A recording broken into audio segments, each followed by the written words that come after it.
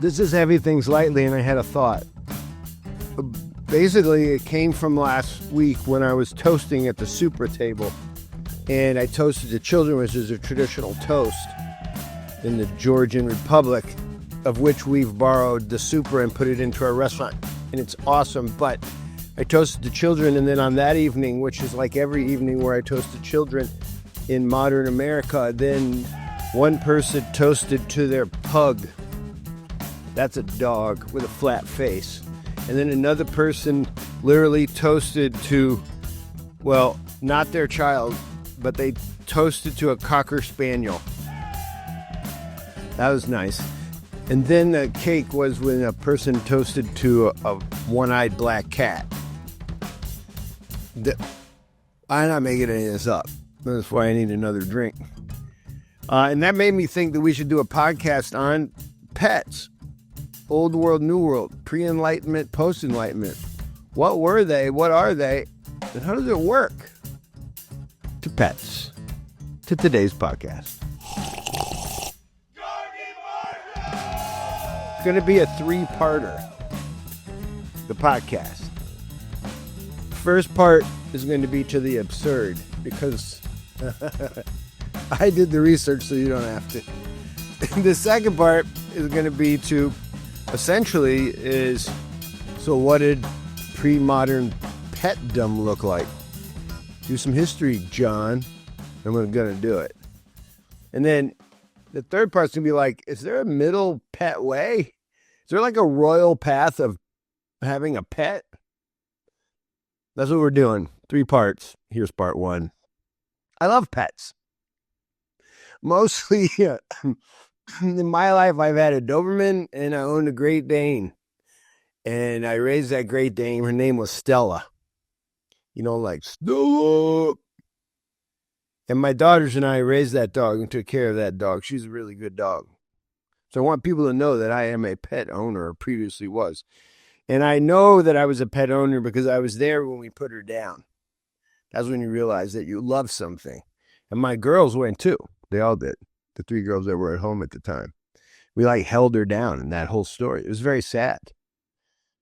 And if you feel yourself getting emotional because we had to put our pet down, yeah, you're probably a pet person. But then there's this thing called the pet mafia. It's a thing, especially since the pandemic. Yeah. It's like somehow pets have become kind of like their own telos. Like, I think many people live for their family. That's probably their God. Well, pets have become that. Some people live for their pets. Not some, but I have this theory on this podcast that it's like a lot of people. I see this at the dinner that we throw. And I also realize that a lot of people have adopted a new religion, a new good. On this podcast, you see, I have this little idea. And it's that there's never been an atheist.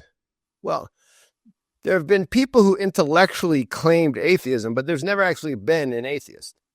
Because as soon as you claim atheism, that there's no God, then you will place something good in the place of the God.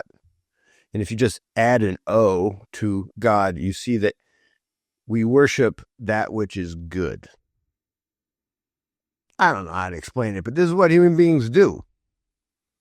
This isn't like made up. I could cite, we could say Plato said something like this. We could argue that all the early fathers of the church said something like this.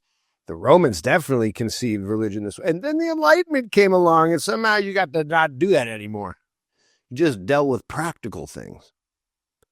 You know, this science. But I think it's garbage. Today, we're going to talk about pets and how I think we have a new God. Yeah, I know it sounds a little heavy, but it's not that heavy. So, with that in mind, pets are being elevated. And if you don't believe me, I want to talk to you about dog strollers. It should be a toast right there that there's even such a thing. And some of you are going, of course, there's dog strollers, John. Don't hate dog strollers. I'm not making fun of you, and I think you're a wonderful person if you have a dog stroller. But what you really just have is a stroller, okay? And then you put a dog in it. And I'm not sure why you do that. Babies can't walk. That's the idea of the stroller. I never met a puppy that can't walk. Now, maybe your puppy got hit by a car and you need a temporary stroller. I think I get it.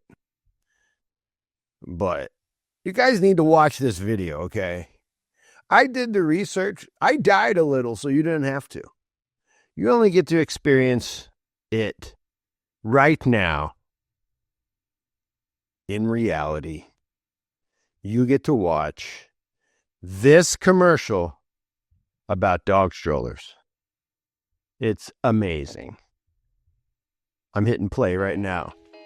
This is called the Lux Pet Stroller. It is a commercial for the Lux Pet Stroller. Are we ready? Travel with your pet in style. Look, she's so happy. Look, it's like a little Persian king. Look. If you can't see it, first of all, congratulations. You've done well. If you are seeing it, you're seeing a dog in a stroller that's like a litter, like a king's litter. Now, oh look, now the owner, the pet owner is looking into the stroller through a mesh, and now, oh my God. No, oh wait, now the stroller person, the owner of the dog, hooked their dog in the stroller with like a stroller leash. Guys, I can't take it. Turn it off. Turn it off, Andrew. Oh no, look, it's waterproof. It's a waterproof dog stroller.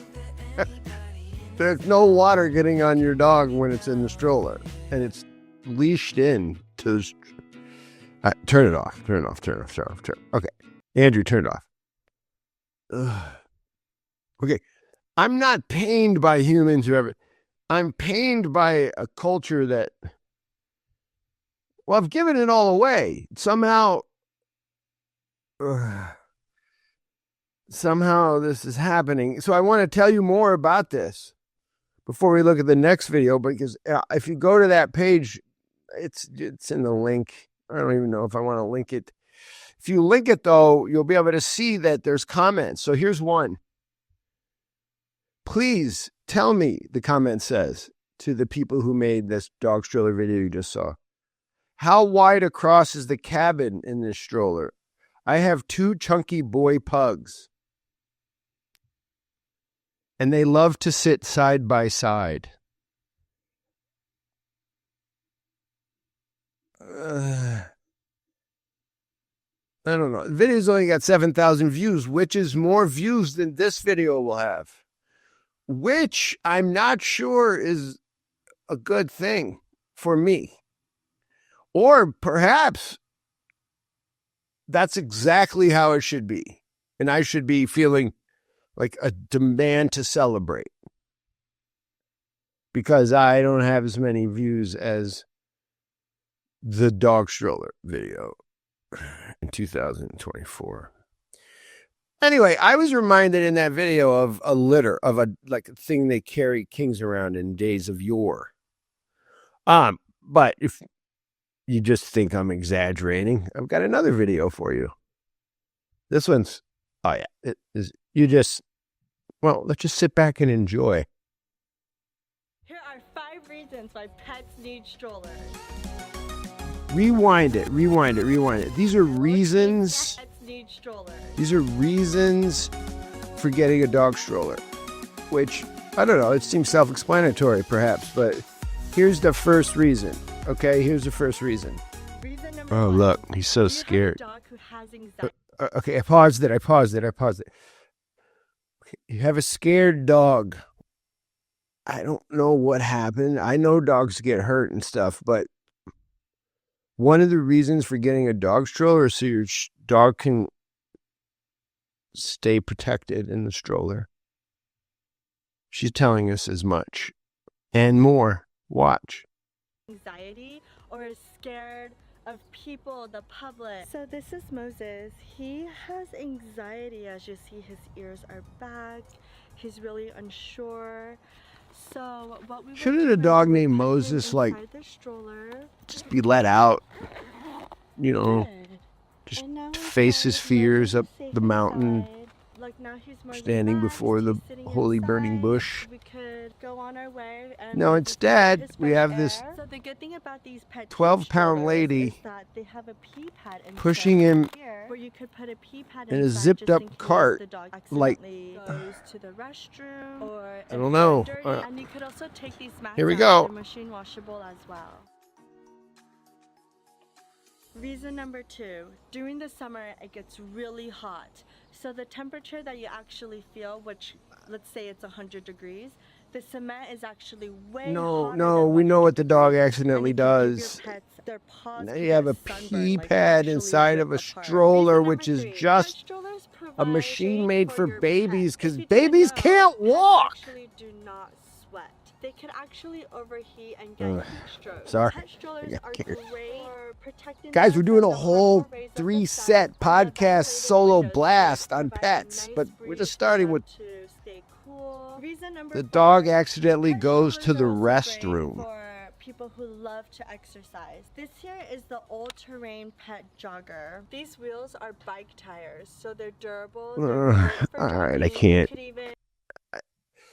We're just looking into maybe some evidence that I'm not crazy when I say that pets have been elevated to the type of godly creatures. Okay, I don't even know. Here's a comment from that video. It's got thousands of views.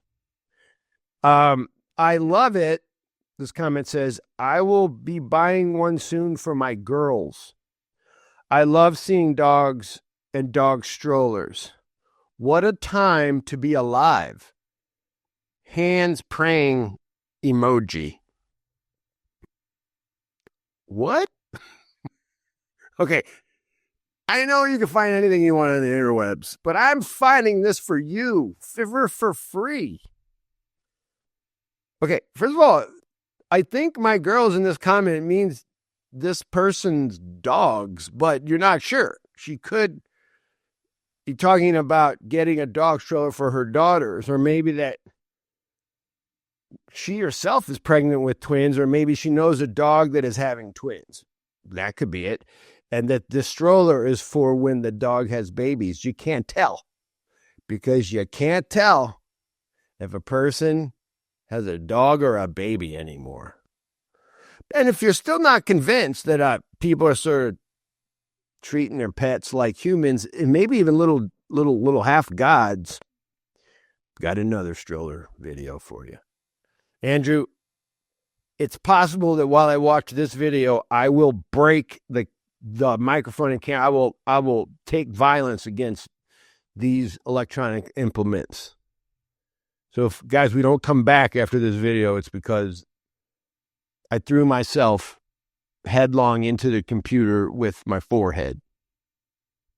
Here it is. This one's tough. I'm going to go ahead and unzip. It's a cat stroller. What? Oh God, look at it. They're not able to. So I love this feature. You know who else loved that feature is young John Travolta in a film called The Boy in the Plastic Bubble. What is happening? Look at that cat. There's a cat in a transparent. There's a cat in a bubble. Oh no, she's walking her cat in a bubble stroller. Now the cat's trying to get out, but he can't get out. Why can't he get out? Because she also put a leash on the cat. I am sorry I'm doing this to you. It's kind of your fault for watching, but we're sharing in our degradation. You don't want your animal jumping out in front of the moving stroller and also escaping. Wait, hold on. You don't want your cat jumping out in front of the moving stroller. How about you don't want your cat jumping out because the entire event is destroying your self-worth? And a loose cat would just make it worse. But is there anything worse than that? Like, first of all, cats. I don't even know what to say. Cats don't go for walks. Of course the cat wanted, I can't deal with it anymore. I can't. Turn it off. All right, we're almost done today. Today was just about the absurd, but I just want to say something. If you decide to put your pet into a stroller that resembles John Travolta's plastic bubble home from that 1970s film when he was a breakout child star, and if you're young and you're into retro stuff, remember like Stranger Things, everyone was cool with this is the coolest retro. I am so old that I am being cool. Boy in the Plastic Bubble, look it up. John Travolta before he became a dancing star. He rides a horse out of the boy. He literally gets on a horse to save himself from living in the plastic bubble. And this lady is putting her cat inside of a plastic bubble. I'm saying true things. If you're listening to this and you're still listening to this, I'm so proud of you. But also, I'm sorry. It's disturbing that you have to listen. But anyway, look, here's my thing. People are treating their pets like little humans, okay? And it's become absurd. And if you've noticed, okay, this demands a conversation. Just want to share a few more facts with you from the edge before we have a short conversation and go to part 2 another day. Did you know there's something called dog Ritalin? Yeah, It's methylphenidate, also known as Ritalin or Dexedrine. These are now used for dogs. I actually know a guy that did this. He gave Ritalin to his dog because his dog, he said, had ADHD. Do you know they're giving Adderall to dogs because of doggy depression? I'm going to quote for you Karen Sweda, a diplomat of the American College of Veterinary Behaviorists. What? Guys, that's like an apocalyptic cue right there. That's a clue that the apocalypse is coming. Because she's a veterinary behaviorist. She said this. She's not just a veterinarian, she's a veterinarian behaviorist. She said that we use the same drugs on depressed humans for depressed dogs, Paxil, Prozac, and Zoloft. She also uses something called, I quote, clomicalm. First of all, if you even own a drug called clomicalm, I don't even know what it's for. It's sus, as the kids say. But it is FDA approved. These days, I think just heroin in a needle is FDA approved. But anyway, apparently, and I'm going to say this, if the kids are listening, you might want to mute this. Apparently, this is the best drug you can use for a dog that's in the habit of humping. Yeah. It's like make a toast to humping. I don't want to make a toast to humping, but I was uncomfortable. I just toast when I get uncomfortable. Yeah, there's a thing. This doctor literally said, not that doctor, a different doctor said, you might want to use a psychostimulant if you believe your dog has an excessive dog humping issue. Prozac may be the best drug for excessive dog humping. Yeah. There is some good news from the Veterinarian Association of Behaviorists, and that is that unlike people who often remain on Dexedrine and Zoloft and other drugs of choice for as many as 5, 6, 7 years, it seems that dogs seem to get better on Zoloft within 12 months. I'm not exactly breaking news here, but something tells me the farm industry would probably like all of your dogs to be on Zoloft or Dexedrine. Or I want to say in this episode of The Absurdities, I have probably my favorite absurdity of all is that, did you know that pet history has been rewritten? Yeah. Mhm. From a Psychology Today article, I just want you to know that in 2024, it seems that this is the way they understood dogs in Greece. And we're going to investigate this next time. Seems that dogs in Greece were kept as co-therapists. Something tells me that wasn't the translated term. When they found the, Dead Sea Scrolls of pet behavior. Co-therapists in healing temples, because they had an ability to cure illnesses by licking wounds. Okay, that is from a Psychology Today article. We'll look at that next time. From a website called My Pet Matters. My Pet Matters. What? You can go there. I don't even know if I'm going to link it, but I will link it. It appears that many generations of Chinese emperors kept dogs that, as puppies, were often suckled by human wet nurses. Probably should have warned you on that one too, kids. Yeah. They were attended to like kings and queens while they suckled on human wet nurses. Okay, I don't know what to tell you. I didn't say this stuff. That's from My Pet Matt. Something tells me there's more to that story. Okay. And then the king of all narratives regarding pets, rewritten history.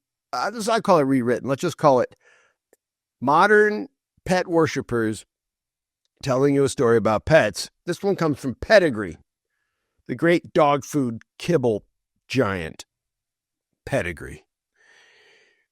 Apparently, there, Edward Gibbon, I don't know if you know him, but he wrote basically the rise and fall of the Roman Empire, and most of it was a screed in order to get you to believe that Christianity was a mess and that it destroyed the Roman Empire. But anyway, rewriting history. But here's what Pedigree tells us. That nevertheless, this is after quoting some of the things I just told you about wet nurses in China who worship little puppies or whatever. They said, and I quote, Pedigree, talking about the history of pets. Nevertheless, the Christian church frowned on pet keeping. What? Church leaders suggested that the food used for these animals should be given to the poor. What a bunch of jerks. They're not done. You didn't know this, but the church leaders, they were probably, and I quote, more afraid not that there wouldn't be enough food, but instead that the close association with animals was strongly linked to pagan worship. The prejudice against pets reached its height during the Inquisition.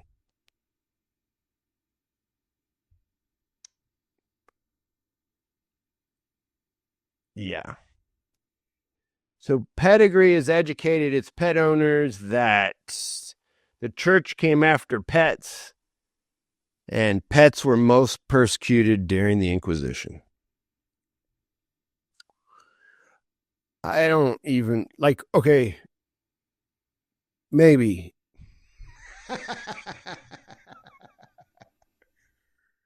Maybe that was a major element of the Inquisition, was going after people who hated, loved animals. I highly recommend you go to the Pedigree, the history of pets, and just read that stuff. But don't do that before you've gone and read about doggy diets today in 2024. There's doggy keto. There's a vega pet diet, a green pet diet, my grain-free pet diet, raw dog diet, the prey model doggy diet. That's my favorite one, the prey model. So I don't know, do you like my dog used to chase birds. Do you? What's the prey of dogs? Do they study hyenas? The prey model doggy diet, barf diet, biologically appropriate raw food diet, the Volhard diet for pets, which seems to be, and I'm quoting, it seems to be that this Volhard diet allows dogs to eat hypoallergenic, anti-inflammatory, grain-free, gluten-free. And they do it apparently in the bubble where John Travolta lived. Guys, this is the first of 3 episodes where we discuss what's going on. This is simply a visit to the edge, where our culture has decided that a pet can be toasted like a child. And that when you do that, all of us should look you in the face and take it seriously. I'm not against it, because I love people. Sometimes it can just be too much. And so, I'll leave you with this most excellent clip of a comedian who's not bad. Right? His name is Nick Bagrazzi, talking to us about pets. Take it away, Nate. Oh, it's Nate Bargatze. Sorry, Nate. Look, to be honest, I've never taken care of the one dog we have, but two would be fun. Our dog sleeps in our bed, and someone told me you're not supposed to do that because you lose dominance over the dog. And I asked him, I said, what year do you think it is?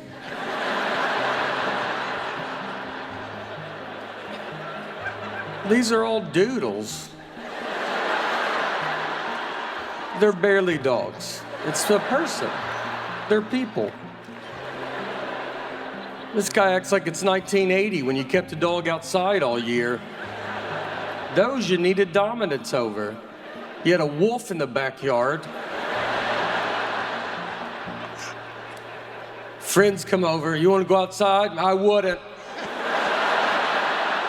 Thank you, Nate. Yeah, next time on episode Dose, we take a look at sort of the history of pets. How did they get on leashes? Were they on leashes in ancient Greece? Were they on leashes 30 years ago?